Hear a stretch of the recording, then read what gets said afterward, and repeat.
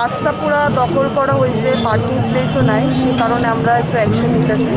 যাতে ওরা ওদের জিনিসপত্র দোকানের ভিতরে রাখে পাবলিকের সুবিধার জন্য, পার্কিং যাতে প্রপার পার্কিং প্লেস হয়, যাতে গাড়ি যাতায়াত করতে পারে, সেই সূত্রে আমরা অ্যাকশন নিয়েছি।